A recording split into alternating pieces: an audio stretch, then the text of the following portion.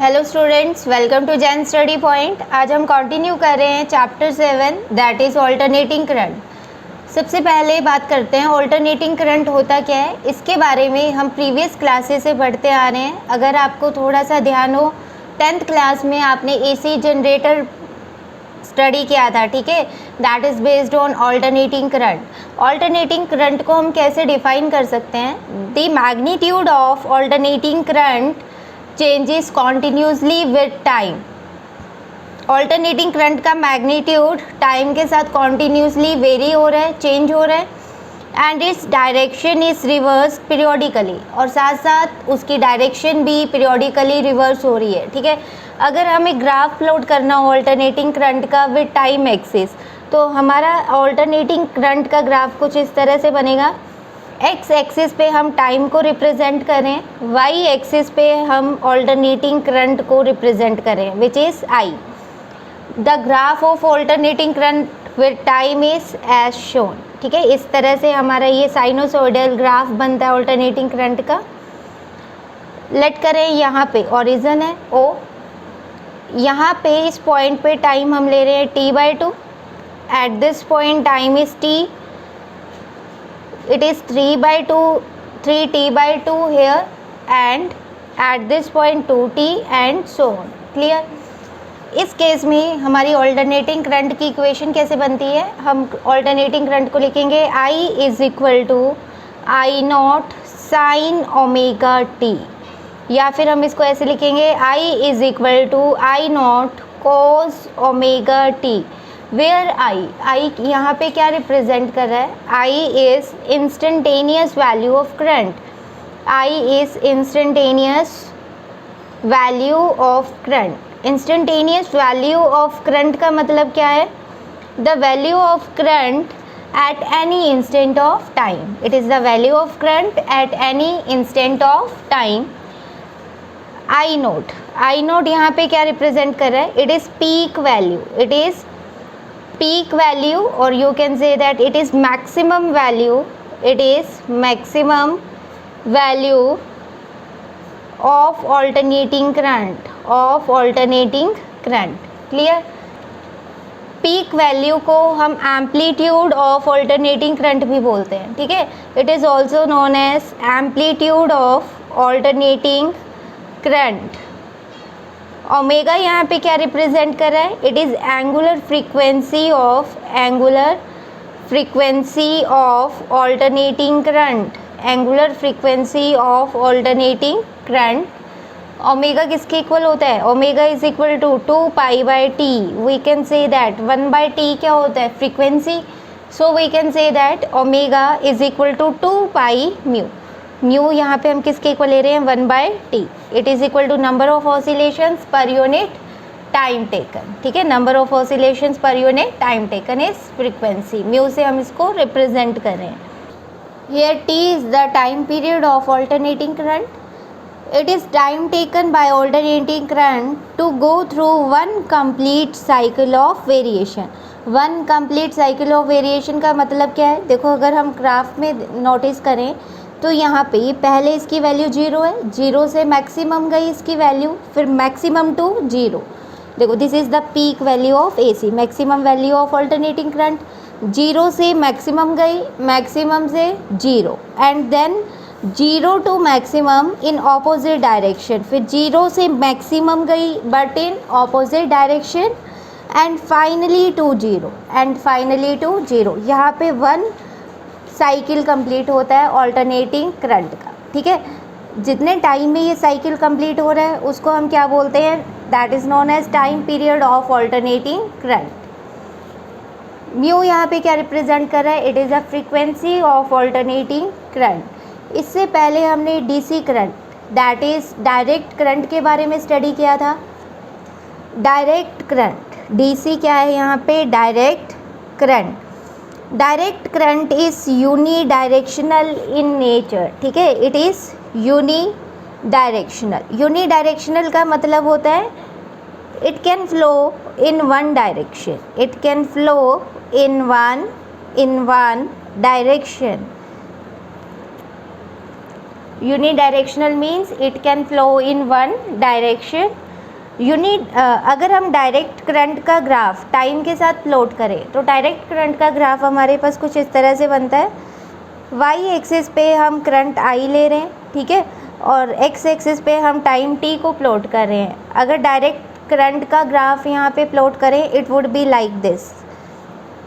जैसे जैसे time increase हो रहा है करंट की वैल्यू क्या रह रही है, कांस्टेंट रह रही है, ठीक है। तो ये हमारा कौन सा करंट हो गया, it is our direct current.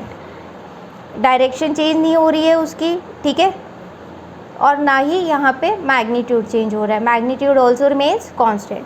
But ऐसा कुछ भी नेसेसरी नहीं है कि डायरेक्ट करंट का मैग्नीट्यूड चेंज नहीं होगा, हमेशा कांस्टेंट रहेगा। इसका मैग्नीट्यूड टाइम के साथ वेरी कर सकता है, ठीक है। हम यहाँ पे एक पॉइंट बना लेते हैं, magnitude of DC that is direct current may vary with time it may not always remains constant। अगर हम यहाँ पे डायरेक्ट करंट का टाइम के साथ ग्राफ प्लॉट करें, ठीक है, तो हमारे पास ये वाला ग्राफ भी बन सकता है। यहाँ पे वाई एक्सिस पे हम करंट को प्लॉट कर रहे हैं, एक्स एक्सिस पे हम टाइम को ले रहे हैं, ठीक है। तो हमारा डीसी डायरेक्ट करंट का ग्राफ कुछ इस तरह का भी बन सकता है। आप देख सकते हो यहाँ पे डायरेक्ट करंट का मैग्नीट्यूड वेरी कर रहा है। देखो यहाँ पे डायरेक्ट करंट की वैल्यू ये होगी, यहाँ पे ये पीक वैल्यू आ गई, फिर मिनिमम हुआ, फिर यहाँ पे, ठीक है।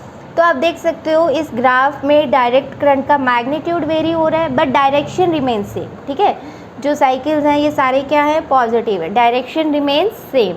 या फिर हमारा ग्राफ डीसी करंट का, this is our X axis and this is our Y axis. इस तरह से भी हम डीसी करंट के ग्राफ को प्लॉट कर सकते हैं। यहाँ पे साइकिल हमारा क्या हो गया, नेगेटिव हो गया, ठीक है।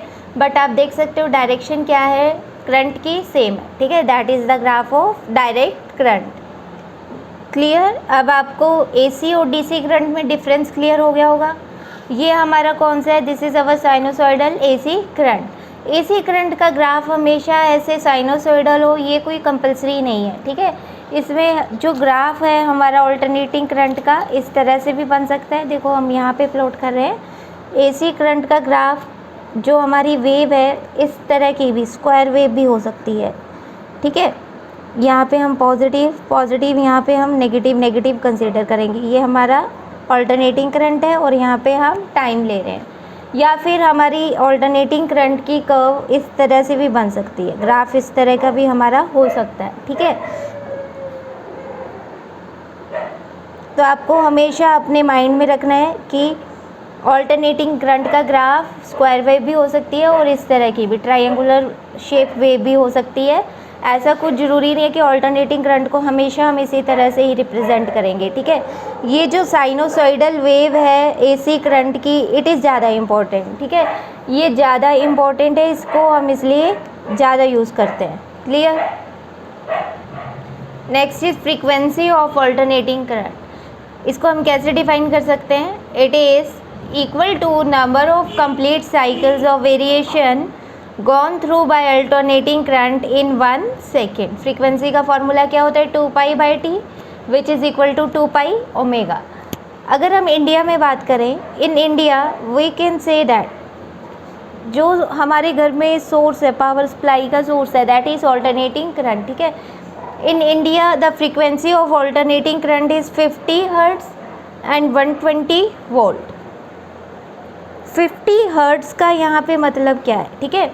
फ्रीक्वेंसी 50 हर्ट्ज़ है, इसका मतलब क्या है, इन 1 सेकेंड, अगर हम 1 सेकेंड की बात करें, इन 1 सेकेंड जो करंट है alternating current 50 times on off very कर रहा है, 50 टाइम्स।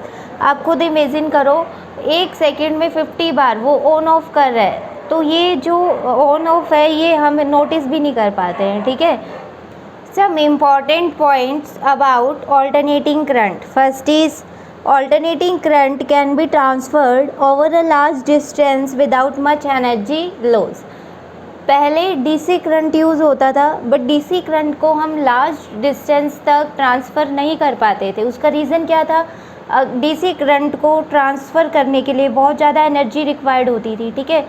फिर ऑल्टरनेटिंग करंट की डिस्कवरी हुई बाय निकोलस टेस्ला। ये काइंड ऑफ कह लो इट इज़ अ बोन, ठीक है।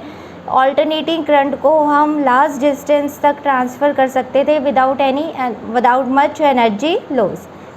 Next, AC is available in high voltage then DC. AC की वोल्टेज डीसी के कंपैरेटिवली हाई होती है।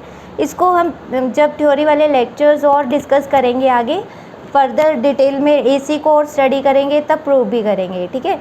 Next, AC can be stored but DC can be stored in batteries. AC को हम store नहीं कर सकते बैटरीज में, बट डीसी को हम बैटरीज के अंदर स्टोर कर सकते हैं। दिस इज़ डीसी बैटरी, ठीक है, and this is the source of AC alternating current. Next, the basic circuit element in DC circuits is an ohmic resistance. DC यहाँ पे क्या है, डायरेक्ट करंट, ठीक है, आपको इस बात का ध्यान रखना है। In direct current circuit is an ohmic resistance which controls current I as per Ohm's law, V is equal to IR, ठीक है, हमने अभी तक स्टडी किया है ना। This is the resistance R। Next, in alternating current circuits two additional circuit elements are inductor L and capacitor C. Thus, current and voltage in alternating current circuits are controlled by 3 circuit elements. DC की बात करें तो एक ही circuit element होगा, that is resistance R। AC की बात करें तो यहाँ पे 3 सर्किट एलिमेंट्स हो गए, that is resistance R, inductor L and capacitor C। Next is mean value और average value of alternating current. Mean value या फिर एवरेज वैल्यू को हम कैसे डिफाइन कर सकते हैं? It is defined as that value of steady current which would send same amount of charge through a circuit in time of full cycle और half cycle. Mean value और average value को हम 2 cases में discuss करेंगे। First is 1 complete cycle and other is half cycle as is sent by AC through same circuit in the same time। पहले हम बात करते हैं mean value of AC for a complete cycle, ठीक है। Alternating current की equation क्या है हमारे पास? It is I is equal to I naught sine omega t. Alternating current I किसके इक्वल है? I naught sine omega t. फिर हम क्या लेट करें? Let if the strength of current is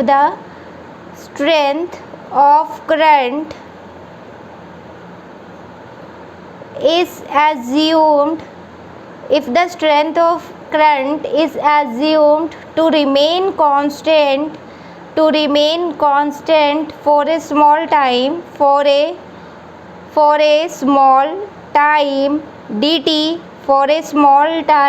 dt, then small amount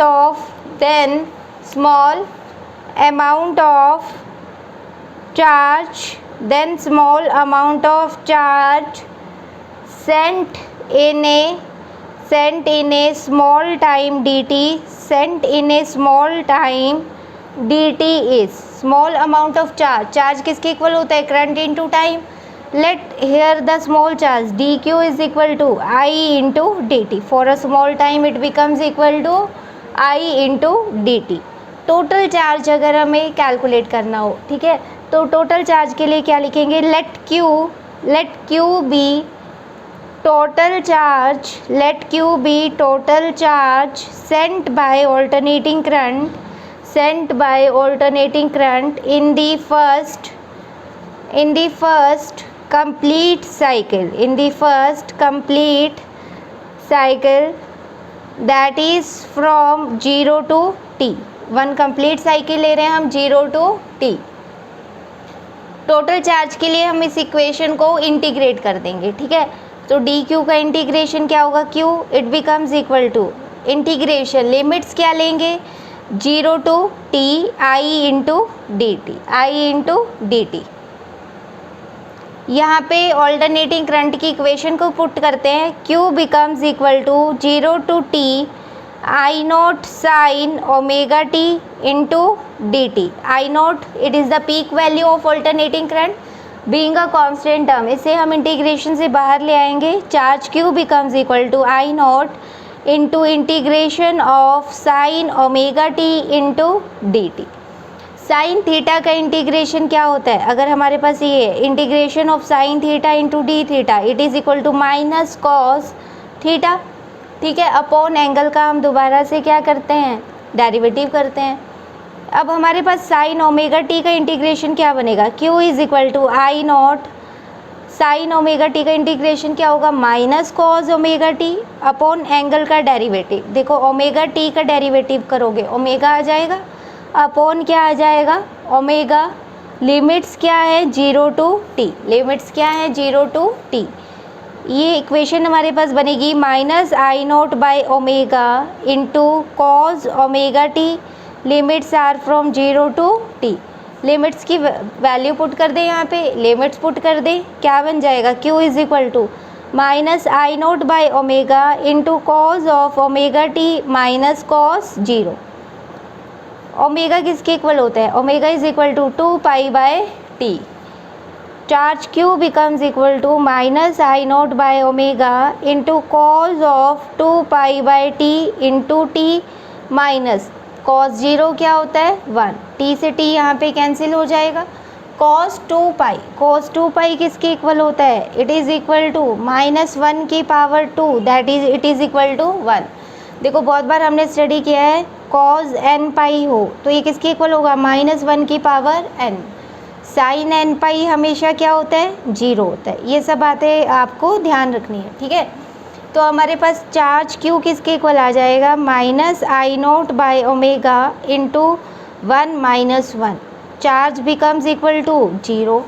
charge 0 होगा तो इस केस में हम क्या कह सकते हैं, the mean value of alternating current, the mean value of alternating current इस केस में क्या होगी 0 होगी, ठीक है।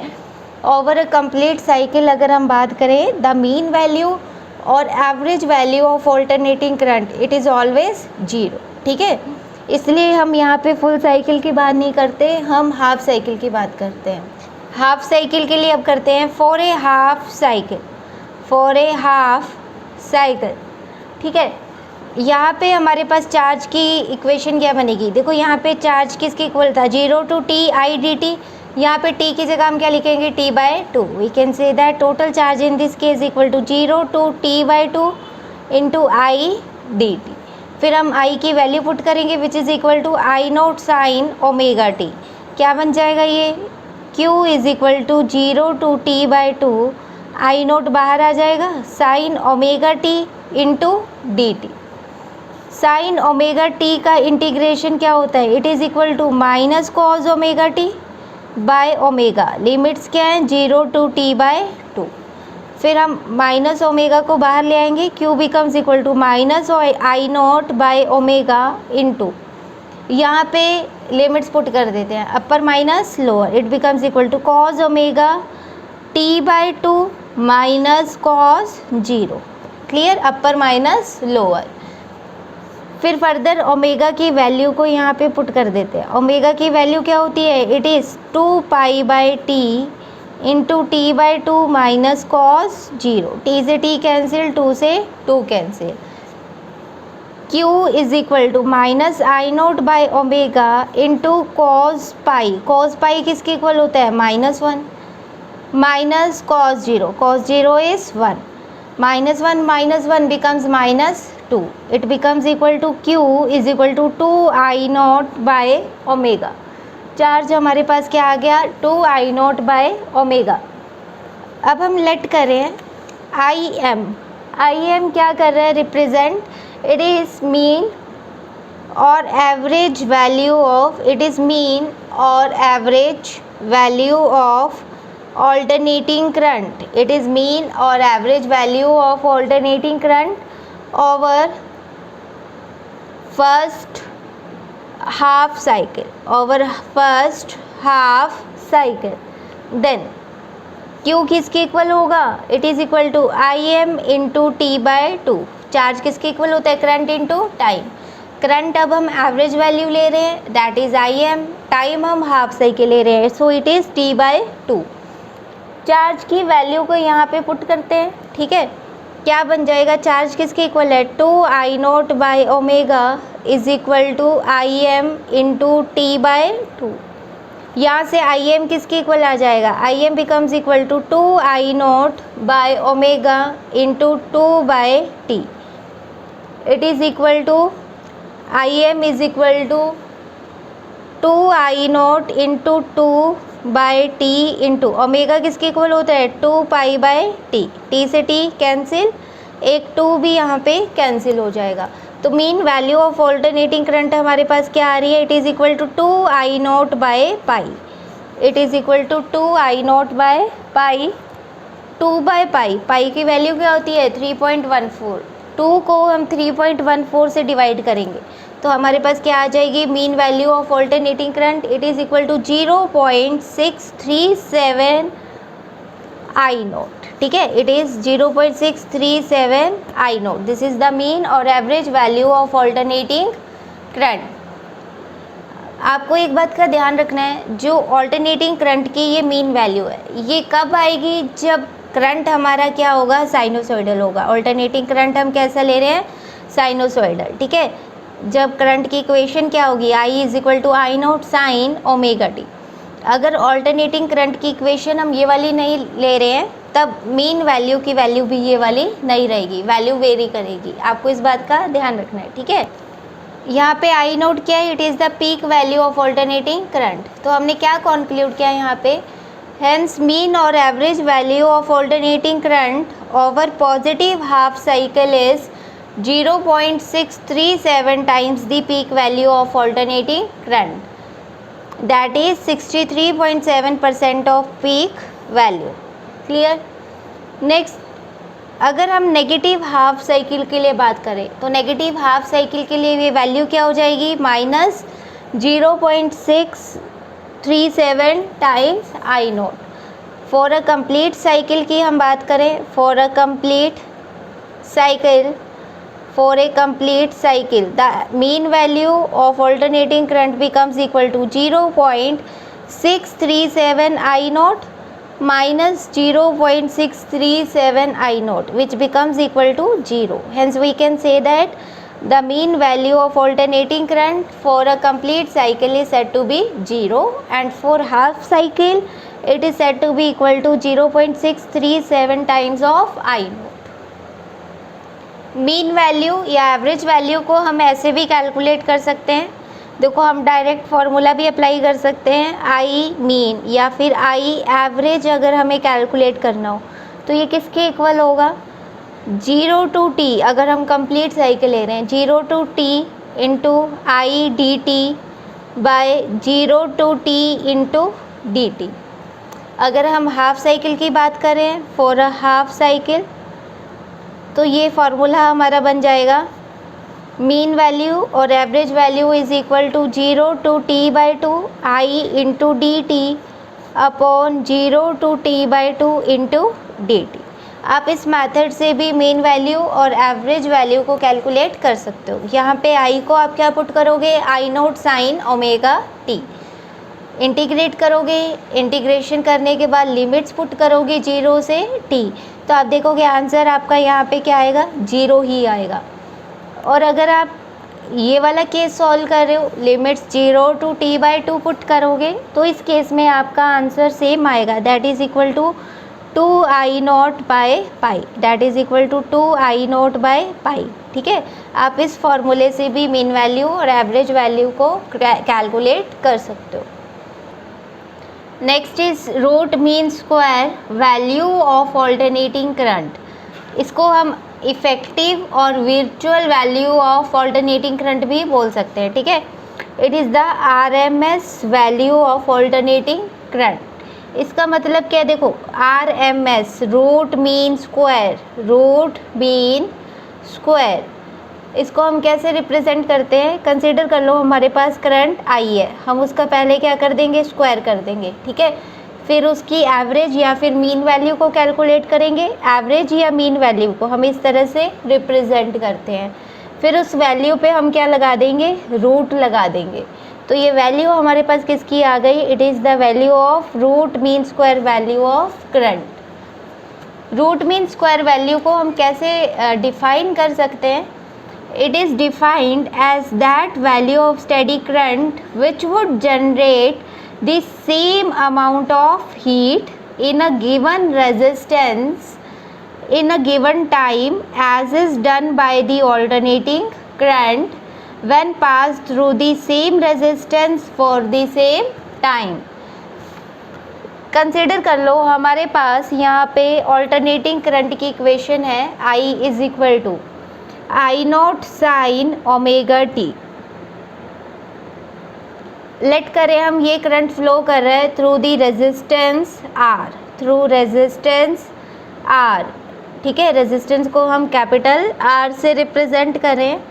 फिर हम क्या लिख रहे हैं, in a small time d t, in a small time d t the amount of heat produced, the amount of heat, the amount of heat produced in resistance R is, in resistance R is, heat energy का formula क्या होता है, DH is equal to I square R into D T, ठीक है। Heat energy का formula I square R T होता है ना।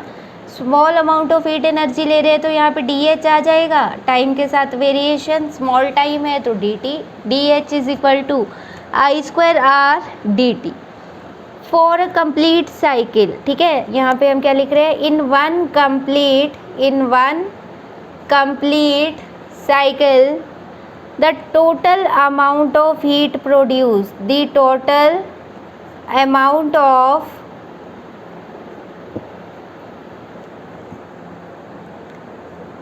heat produced in resistance R is, in resistance R is H is equal to integration of, limits क्या लेंगे 0 to t I square R into D t. I की value क्या है यहाँ पे, I is equal to I naught sine omega t, इसका हम square कर देंगे into R into D t. Squaring करने के बाद ये क्या बनेगा, H is equal to I naught square हो जाएगा ये R, ये दोनों टर्म्स कांस्टेंट है, ठीक है। तो हम ऐसे लिखेंगे I naught square R into integration of sine square omega T into D T.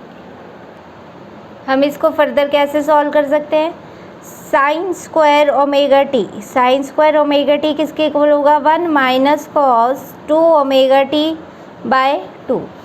Heat energy H किसके इक्वल आ जाएगा, I naught square R into 0 to t 1 minus cos 2 omega T by 2 into D t.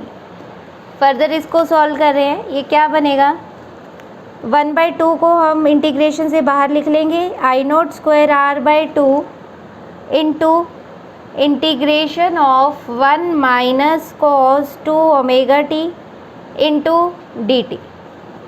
H heat energy becomes equal to I naught square R by 2 into integration of dt minus integration of cos 2 omega t into dt। dt का integration क्या होगा, t होगा, ठीक है। dt का integration क्या होगा, t minus cos 2 omega t into D T. Cos theta का इंटीग्रेशन क्या होता है, माइनस साइन थीटा, तो ये बन जाएगा minus sine 2 omega T upon angle का डिफ्रेंशिएशन 2 ओमेगा, लिमिट्स क्या है 0 टू टी, यहाँ पे प्लस आएगा, ठीक है। कॉस थीटा का इंटीग्रेशन क्या होता है, साइन थीटा, तो यहाँ पे हमारे पास कॉस 2 ओमेगा टी का इंटीग्रेशन क्या होगा, sine 2 omega T upon 2 omega. Further इसको सॉल्व करते हैं, यहाँ पे लिमिट्स को पुट करेंगे तो हमारे पास क्या बनेगा, H is equal to I naught square R by 2 into T minus 1/2 omega, हम बाहर ले आते हैं, ठीक है। यहाँ पे क्या बनेगा, sine 2 omega T minus sine 0, upper minus lower, हमने यहाँ पे लिमिट्स पुट कर दी। ओमेगा किसके इक्वल होता है 2π/t। तो यहाँ पे हम ओमेगा की जगह क्या लिखेंगे 2π/t। h becomes equal to I0² r/2 into t minus 1/2 omega into sin 2π/t into t minus sine 0 0, t से t यहाँ पे कैंसिल हो जाएगा। साइन 4π साइन n पाई क्या होता है 0, n की वैल्यू 1 हो 2 हो 3 हो 4 हो 5 हो, हमेशा साइन n पाई क्या रहेगा 0। तो यहाँ पे साइन 4π 0 हो जाएगा, 0 माइनस 0, ये पूरी टर्म 0 हो गई। ठीक है, तो हीट एनर्जी H किसके इक्वल आ गई I0² RT/2। We can say that if IV या IRMS is the root mean square value of current, उस केस में हीट एनर्जी किसकी इक्वल होगी, it is equal to I²। ठीक है, कौन सी वैल्यू लेंगे हम करंट की, यहाँ पे रूट मीन स्क्वायर वैल्यू लेंगे इंटू R इंटू T। दोनों इक्वेशंस को इक्वेट कर देते हैं तो हमारे पास आ जाएगा I0² RT/2 is equal to I² RMS RT। RT से RT कैंसिल हो जाएगा, root mean square value I² RMS किसके इक्वल आ रहा है I0²/2। We can say that IRMS is equal to I0/√2। 1/√2 को डिवाइड कर देंगे तो हमारे पास क्या आ जाएगा, it is 0.707 I0, it is 707 I0। we can say that the root mean square value of AC is 0.707 times peak value of AC, that is 70.7% of peak value of AC।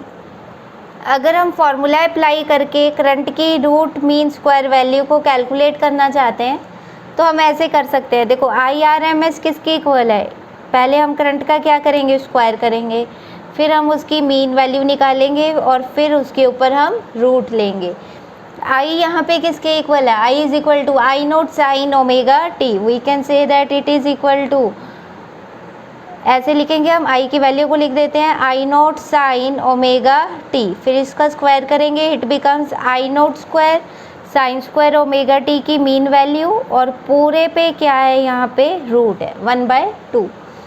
फिर हम formula apply करेंगे तो ये क्या बन जाएगा formula, integration of I0² sign square omega T into D T upon integration of D T, फिर पूरे का अंडर रूट। ठीक है, तो ऐसे भी हम करंट की रूट मीन स्क्वायर वैल्यू को कैलकुलेट कर सकते हैं।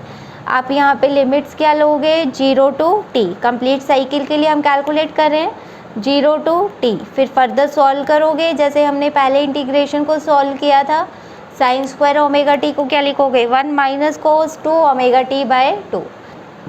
यहाँ पे हमारे पास root mean square value same आएगी करंट की, that is equal to I0/√2, that is equal to I0/√2। यहाँ से हमने क्या कंक्लूड किया, अगर हम मीन वैल्यू या फिर average value of alternating current की बात करें for a full cycle, for a complete cycle, तो उस केस में मीन वैल्यू या फिर average value of alternating current क्या होगी 0। अगर हम मीन वैल्यू या फिर एवरेज वैल्यू को फाइंड कर रहे हैं फॉर अ हाफ साइकिल, उस केस में हमारी वैल्यू क्या आएगी, that is equal to 2I0/π, that is equal to 2I0/π which is equal to 0.637 times of I0, where I0 is the peak value of alternating current। फिर हमने root mean square value of alternating current को calculate किया, that is equal to I0/√2 which is 0.707 I0। Clear, ये सारे factors हमने यहाँ पे conclude कर लिए। Some important note points are, ordinary DC direct current ammeter or voltmeter cannot measure alternating current and voltage। जो हम ऑर्डिनरी एमीटर्स और वोल्टमीटर्स यूज़ करते हैं, ठीक है, वो डीसी करंट को ही मेज़र करते हैं, they can't measure alternating current and voltage.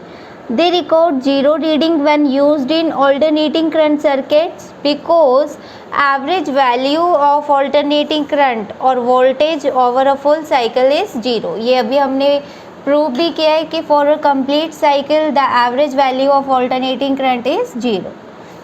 Alternating current are measured by alternating current ammeter and voltmeter. These instruments are called hot wire instruments and they measure root mean square values of alternating current and voltage.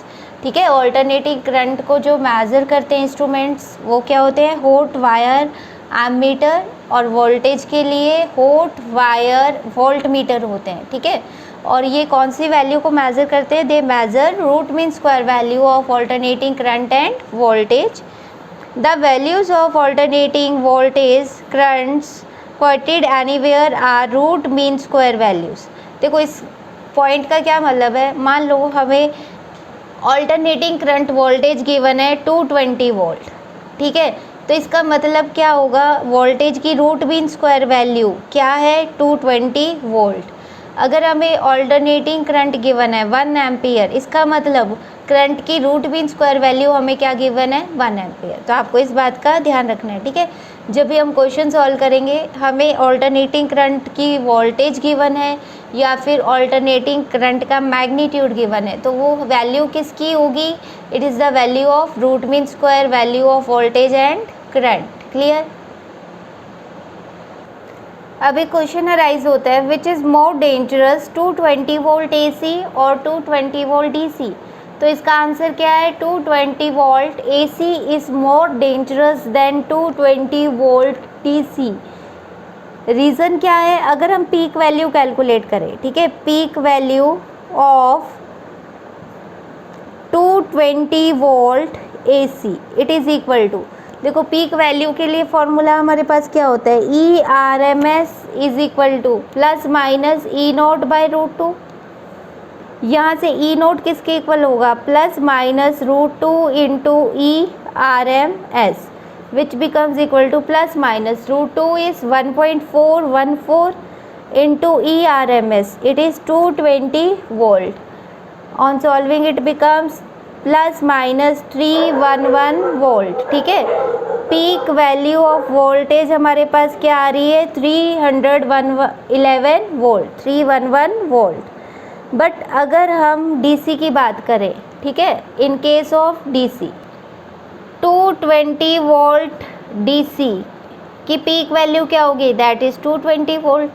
So we can say that 220 volt AC is more dangerous than 220 volt DC. इसकी peak value DC के comparatively ज़्यादा होगी. ठीक है, next is average और mean values of sine and cosine functions. मान लो हमें एवरेज वैल्यू कैलकुलेट करनी है साइन ओमेगा टी की, तो आपको हमेशा ध्यान रखना है average value of sine omega t for a complete cycle क्या होगी, 0 होगी. ठीक है, similarly the average value of cos omega t for a complete cycle is also 0. अगर हमें साइन 2 ओमेगा टी गिवन हो, इसकी वैल्यू भी क्या होगी 0. कॉस 2 ओमेगा टी ये भी क्या होगी, इसकी वैल्यू भी क्या होगी 0 होगी. ठीक है, अगर हमें square sine square omega t की मीन वैल्यू कैलकुलेट करनी हो तो ये क्या होगी 1/2. ठीक है, सिमिलरली अगर कॉस स्क्वायर ओमेगा टी की एवरेज वैल्यू हमें कैलकुलेट करनी है, इट इज़ ऑल्सो 1/2. बट ये सारी वैल्यूज़ कब पॉसिबल है, अगर हम full cycle for a complete cycle की बात कर रहे हैं.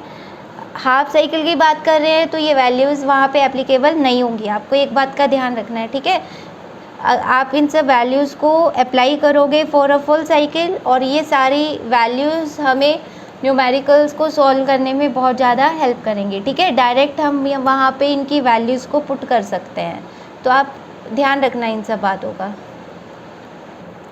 फॉर एग्ज़ाम्पल हमें करंट गिवन है I is equal to I0 sine omega t. We have to find the root mean square value of this alternating current. ठीक है, तो हम डायरेक्ट फार्मूला कैसे अप्लाई कर सकते हैं, IRMS किसके इक्वल होगा, it is equal to current का हम पहले क्या करेंगे स्क्वायर करेंगे, फिर उसकी मीन वैल्यू को कैलकुलेट करेंगे और फिर उसका रूट लेंगे। ठीक है, यहाँ पे हमारे पास आई की वैल्यू क्या है, I naught sine omega t, square करेंगे तो ये क्या बन जाएगा, I naught square sine square omega t की एवरेज वैल्यू, ऊपर क्या है स्क्वायर रूट। ठीक है, आई नोट क्या है, कांस्टेंट टर्म है, इसकी वैल्यू सेम रहेगी, इसे रूट से बाहर ले आते हैं। यहाँ पे आई नोट स्क्वायर है, रूट से बाहर आएगा तो क्या आ जाएगा आई नोट। रूट में हमारे पास क्या बच रहा है, average value of sine square omega t. अब हमें पता है average value of sine square omega t for a complete cycle is equal to 1/2। हम यहाँ पे पुट कर देते हैं, it becomes I naught into root of 1/2 which becomes the RMS value of alternating current becomes I naught by under root 2, जो हमने पहले फार्मूले से कैलकुलेट की थी। ठीक है, सेम वैल्यू आ रही है रूट मीन स्क्वायर वैल्यू की बाय यूजिंग दिस फार्मूला। ठीक है, नेक्स्ट इज मीन वैल्यू और average value of alternating EMF। देखो जैसे हमने मीन वैल्यू और average value of alternating current को डेराइव किया था, वैसे ही हम इसकी भी डेरिवेशन ऑल्टरनेटिंग EMF को हम रिप्रेजेंट कर रहे हैं E is equal to E naught sine omega t. जैसे करंट I को क्या लिखते थे, I is equal to I naught sine omega t, वैसे ही ऑल्टरनेटिंग EMF को क्या लिख रहे हैं, E is equal to E naught sine omega t. Current की वैल्यू क्या होगी, I is equal to E by R which becomes equal to E naught by R sine omega T. Let करें यहाँ पे small amount of charge d q, small amount of charge d q sent by alternating EMF in small time dt, in small time dt। D q किसके equal होगा, it is equal to I D t. D q किसके equal आ जाएगा, current into time, I into D t, which becomes E naught by R sine omega T into D t. Total charge अगर हमें calculate करना हो, ठीक है, total charge क्या होगा, हम क्या करेंगे, इस इक्वेशन को इंटीग्रेट कर देंगे। ठीक है, डी क्यू का इंटीग्रेशन क्या होगा, Q that is the total charge. इस इक्वेशन को जब हम इंटीग्रेट करेंगे तो लिमिट्स क्या लेंगे, 0 टू t/2, क्योंकि हम हाफ साइकिल के लिए बात कर रहे हैं। कंप्लीट साइकिल के लिए average value of alternating EMF क्या होगी, 0 होगी। ठीक है, हाफ साइकिल के लिए हम इसको फाइंड कर लेते हैं। E naught by R constant term है, इंटीग्रेशन से बाहर लिखेंगे इसको। इंटीग्रेशन में क्या आएगा, sine omega T into D T. Sine omega T का इंटीग्रेशन क्या होता है, it is equal to minus cos omega T by omega. Limits क्या है, 0 टू t/2। अब लिमिट्स पुट कर देते हैं, अपर माइनस लोअर, ये क्या बन जाएगा, q is equal to minus E naught by R omega into limits put करेंगे, कॉस ओमेगा की value 2π/t into t, upper limit क्या है t/2 माइनस कॉस 0, टी से टी कैंसिल, 2 से 2 कैंसिल, कॉस पाई किसके इक्वल होता है, -1 के इक्वल होता है। तो क्यू किसके इक्वल आ जाएगा, minus E naught by R omega. यहाँ पे क्या आएगा, -1 cos 0 is 1, -1 becomes -2, it becomes equal to 2 E naught by R omega. ठीक है, टोटल चार्ज आ गया हमारे पास। फिर हम क्या कर रहे हैं, लेट करें EM क्या रिप्रेजेंट कर रहा है, मीन वैल्यू और average value of alternating EMF। ठीक है, तो हम यहाँ पे लिख सकते हैं Q किसके इक्वल होगा, it is equal to EM by R into t/2। ठीक है, देखो चार्ज किसके इक्वल होता है, करंट इंटू टाइम के इक्वल होता है। करंट किसके इक्वल है, E/R इंटू टाइम। यहाँ पे E हम क्या ले रहे हैं, mean value EM by R, time क्या ले रहे हैं, t/2, हाफ साइकिल की बात कर रहे हैं तो टाइम क्या हो जाएगा, t/2। तो हम यहाँ पे लिख सकते हैं चार्ज क्या होगा, EM by R into t/2। दोनों इक्वेशंस को इक्वेट कर देते हैं। ठीक है, क्या बनेगा, 2E0/r omega is equal to EM into T by 2r। r से r यहाँ पे कैंसिल हो जाएगा, EM हमारे पास आ जाएगा 4E0/ओमेगा t। ठीक है, ये बनेगा, ओमेगा की वैल्यू 2π/t पुट कर देंगे, 4E0/2π/t इंटू टी, टी से t कैंसिल हो जाएगा, यहाँ पे एक 2 भी कैंसिल हो जाएगा, तो हमारे पास क्या बचेगा, 2E0/π। We can say that the mean value और average value of alternating EMF is equal to 2E0/π which is equal to 0.637 times E0. E0 is the peak value of alternating EMF or we can say that it is equal to 63.7% of E0। ठीक है, ये हमने mean value calculate की है for positive half cycle. Negative half cycle के लिए mean value क्या आ जाएगी, -0.637 E0। ठीक है, यहाँ पे हम इंटीग्रेशन की लिमिट्स क्या लेंगे, नेगेटिव हाफ साइकिल के लिए यहाँ पे हम लेंगे t/2 से t। देखो पॉजिटिव हाफ साइकिल के लिए लिमिट्स क्या ली थी, 0 to t/2। अगर आपको नेगेटिव के लिए, नेगेटिव हाफ साइकिल के लिए वैल्यू को कैलकुलेट करना है तो लिमिट्स क्या लोगे, t/2 से t लोगे। ठीक है, जब आप ये पुट करोगे तो मीन वैल्यू क्या आ जाएगी, -0.637 E0।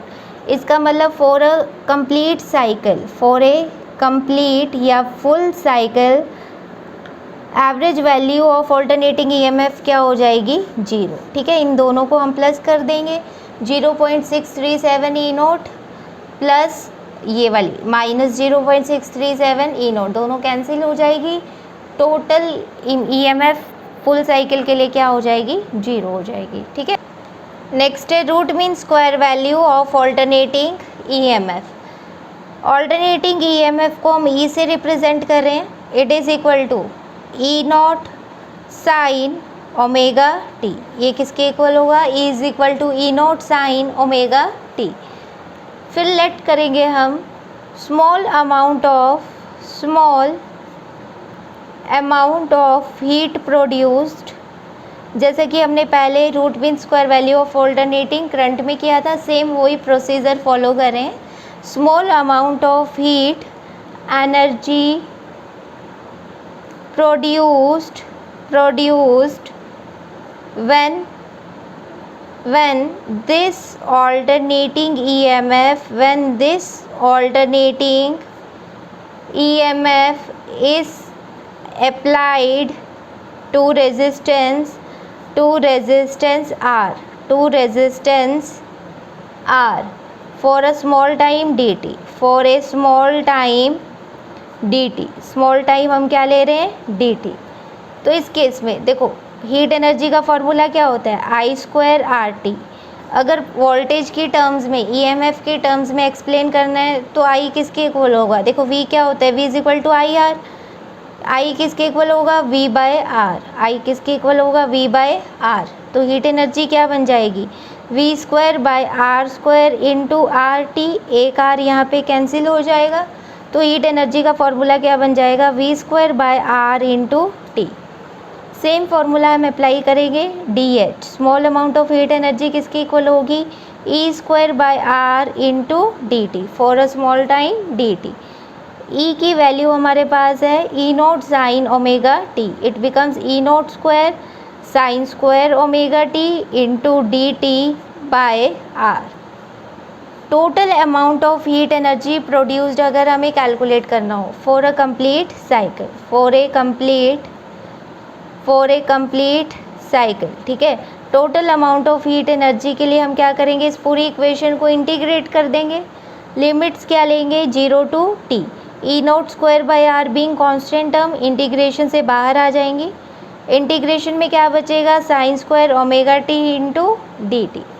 देखो जैसे हमने पहले किया था, साइन स्क्वायर ओमेगा t को आप क्या लिखोगे, it is equal to 1 minus cos 2 omega t, angle का डबल हो जाता है, अपॉन 2। ठीक है। उसके बाद फर्दर आप इंटीग्रेट करोगे, इंटीग्रेशन करने के बाद ये वाली टर्म 0 हो जाएगी, ये वाली टर्म आपके पास बचेगी जो क्या होगी t। आप खुद से इसको सॉल्व करके देख सकते हो, ठीक है। इसको सॉल्व करने पे मैं डायरेक्ट इंटीग्रेशन इसका लिख रही हूँ, क्या आएगा, heat energy H becomes equal to E0² in T/2। ये आपके लिए काइंड ऑफ होमवर्क है, ठीक है। sin² ωt इंटू dt को आप खुद से इंटीग्रेट करोगे।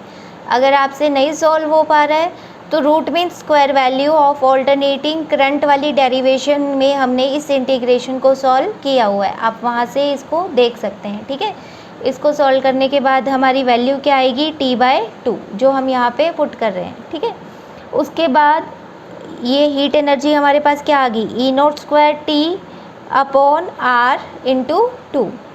We can say that if EM क्या रिप्रेजेंट कर रहा है, mean value of alternating EMF, उस केस में हीट एनर्जी किसकी इक्वल होगी, it is equal to EM², ठीक है, EM²/R into T। Complete cycle है तो टाइम हम क्या ले रहे हैं, T। दोनों को इक्वेट कर देंगे, इन दोनों इक्वेशंस को इक्वेट कर देंगे तो क्या बनेगा, E0²/R into T/2 into T है ये, ठीक है, ये T है, T/2 is equal to EM²/R into T। T से T यहाँ पे कैंसिल हो जाएगा, R से R कैंसिल हो जाएगा, तो EM² किसके इक्वल आ जाएगा, E0²/2 which becomes EM becomes equal to E0/√2। अगर आपको करंट की रूट मीन स्क्वायर वैल्यू याद हो, ठीक है, यहाँ पे हम किसकी बात कर रहे हैं, रूट मीन स्क्वायर वैल्यू की, RMS लिखेंगे यहाँ पे, ठीक है, RMS। तो रूट मीन स्क्वायर वैल्यू हमारे पास क्या आ गई, that is E0/√2 which is equal to, यहाँ पे हम लिख सकते हैं ERMS equal to 0.707 E0, 0.707 times the peak value of alternating EMF, और we can say that it is equal 70.7% of E0. This is the ERMS. Clear कि हम कैसे ऑल्टरनेटिंग करंट और ऑल्टरनेटिंग EMF की एवरेज वैल्यू और root mean square value को calculate कर सकते हैं।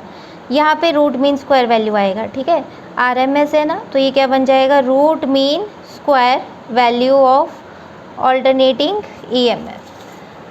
अब हमने क्या कॉन्क्लूड किया, अगर हम ऑल्टरनेटिंग करंट की मीन या फिर एवरेज वैल्यू की बात करते हैं फॉर अ हाफ साइकिल, तो हमारे पास क्या वैल्यू आई थी, इट इज़ 0.637 I0 और it is equal to 2I0/π, it is equal to 2I0/π। अगर हम ऑल्टरनेटिंग EMF की एवरेज वैल्यू और मीन वैल्यू की बात करें फॉर अ हाफ साइकिल, ठीक है, फॉर ए हाफ साइकिल, तो ये क्या आएगी, 0.637 of E0 which is equal to 2E0/π। Full cycle के लिए mean value of current and mean value of alternating EMF दोनों क्या होंगे, 0 होंगे।